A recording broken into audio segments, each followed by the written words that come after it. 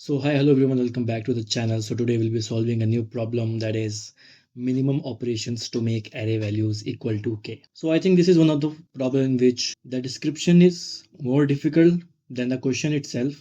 So I think understanding the question is like kind of very tricky, or it was so poorly explained. So let's just dive into the problem description. So we have given an integer array, and an integer h is called valid if all the values in the array that are strictly greater than h are identical. So it means that suppose we, for example, let's take this one. So in this nums of array, if we take the value 9, so the condition is that this is our h. Okay. So it is saying that the values in the nums, it should be greater than the value of h. It means it should be greater than 9. So it can be 10 or 11 or 12, something like that. But the second condition is that, so first is that it should be greater. And the second condition is it should be identical. So it means that the first condition, it is greater than, okay. So we have two values that are greater.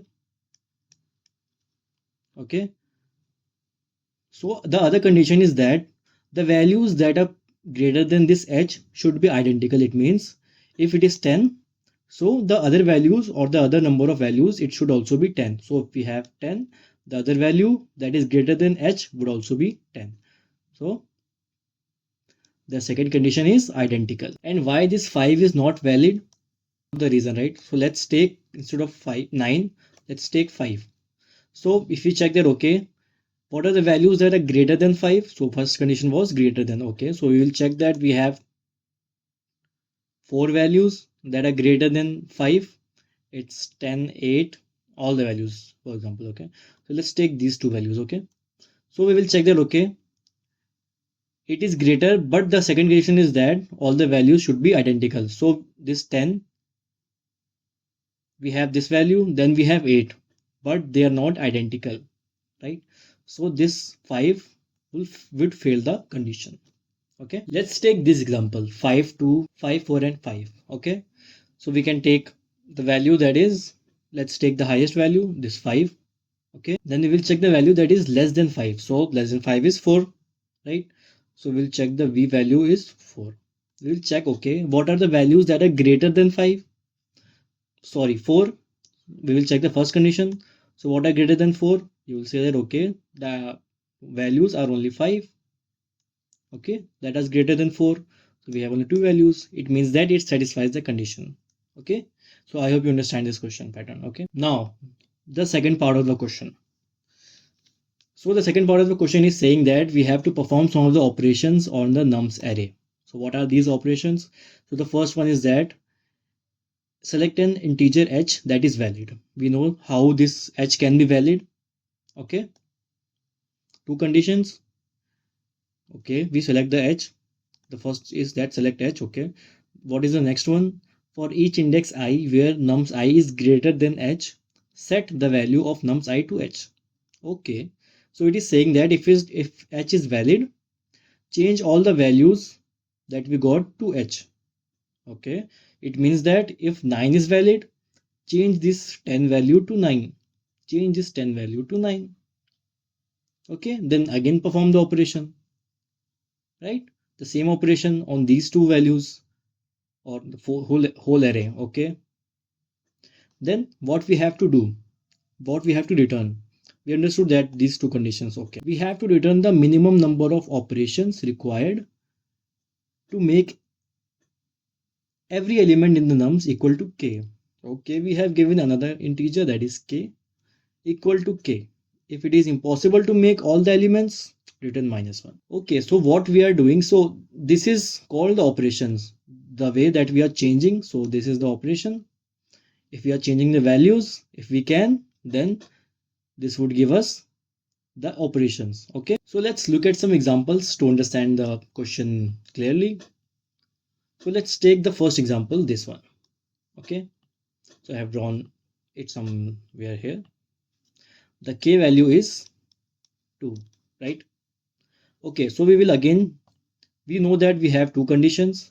We have to check the greater and identical. Okay, now we will start with our first index. We will say that, okay, what is the greatest number? It is 5.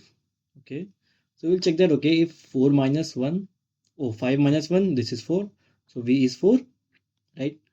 We will check. Okay, what are the values that are greater than 4? Only two values, so we can change that to 4. So I'll change it to 4, 2, 4, 4 and 5, right? So this is the first operation. Okay, we'll keep a track of the operations that we are doing. Okay,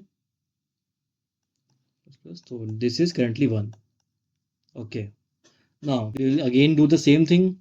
We will check that. Okay, this 4 minus 1 would be 3. I forgot to change this one, sorry. So the second value, it can be 3, but it can also be 2 because we have to convert it to k, right? So what we will do, we will change. So this was the first operation. Operation is 1. Again change it. So is it matching the condition? Then v would be 2. It is. Change it to 2. Nothing, will do nothing. 2, 2 and 2, right? So these are the two operations that it took to convert the array into all 2. Okay, so this is the problem statement. I hope you understood this question, right? So we'll jump into the intuition part of it. So the intuition part is we have to take some observations. So what are the observations? So what the question really wants? So it wants that all the elements of the array should be equal to k, that is 2. If it is not possible, we will simply return -1. Okay, let's take the first case, that is we will check. Okay, so if you come to think about it, so if we take all the unique numbers, so these are 5, 4 and 2, right? So we have to convert all the values to 2, right? So when can you convert this greater? Sorry, when can you change the values?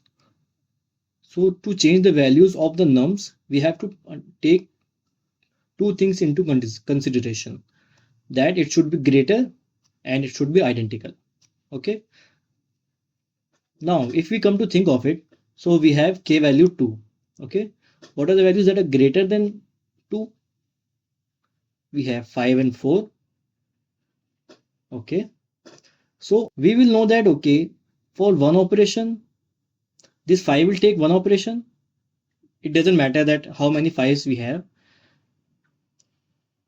right? If we are working on this 5 will change on all the other 5s. Okay, so if this is satisfying the condition, yes, it is satisfying the condition. Okay, so we will simply check for the first one only. Why? Because we are eliminating the identical cases by taking all the unique values. Okay, we don't have to worry about the identical ones. Okay, now we will know, okay, this 5 will take one operation, and after that this 4 will also take one operation, right? As we have seen that. And this 2 is already equal to k, right? So we don't need any operation in it. So that's why we'll get the result as 2, right? Let's take another example. Let's take this example, 9, 7, 5, 3 and k is 1. Okay, all the values in the array are unique, right? 9, 7, 5 and 3. We have to convert it into 1. Okay, so how many operations this 9 will take? It will take one operation. How many operations this 7 will take? Another one operation. 5, another one operation. Oops. This 3 will also take one operation, right? Because this is not 1.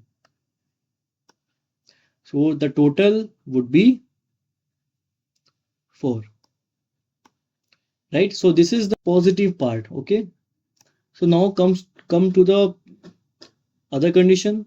So if suppose we don't have the values, or we have any value that is less than k, for example, let's take another case. So for this example, 2, 1 and 2, so we know that, okay, what is the minimum value, or any value that is less than 2 we cannot change, the value, right? Because the true condition was it should be first greater, right?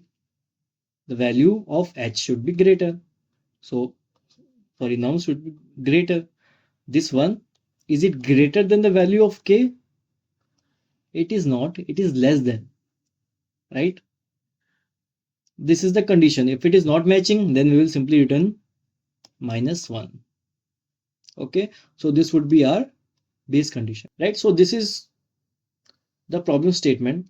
And how can we store the unique values? It's simple, right? We will simply use the set data structure to store the values. So if we will insert 5, it will get inserted. 2, if 5 is already present, it won't insert that. Okay, then we have 4, then we don't have any values, right? So what we will do, we will simply try to iterate through the array, right? And we will keep storing the values in the set. So this 5, we will check the condition. So if this 5, we will take the nums I, I'll simply take the I, okay? If it is greater than k, it should be strictly greater than, okay? Then it means that, okay, this is valid. This is valid. If it is valid, then we can simply add it in our set dot add the value of I, and also one more thing, that is operation plus plus. Okay, we'll add the operations. So this will be the condition. So let's move to 2. If it is greater than k, no it is not, we'll move ahead. This 2, this 5, again it is matching the condition, it is valid, we will add it in our set, right? Or we can do one more thing. Instead of adding it in here, because we have to add another condition that, okay, if it is added in a set or not. So we can simply do one thing. We will simply add it in our set. Okay, so our set will contain the values that are greater than the, or it is matching the valid condition. So instead of adding all the values, we will simply add the values that are valid, right?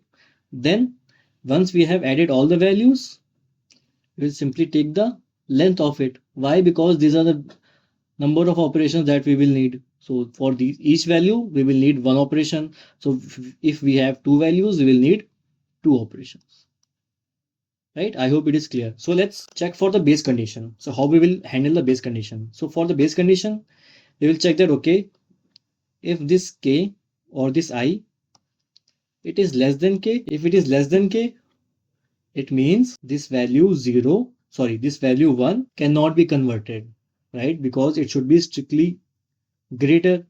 That means we will simply return -1, right?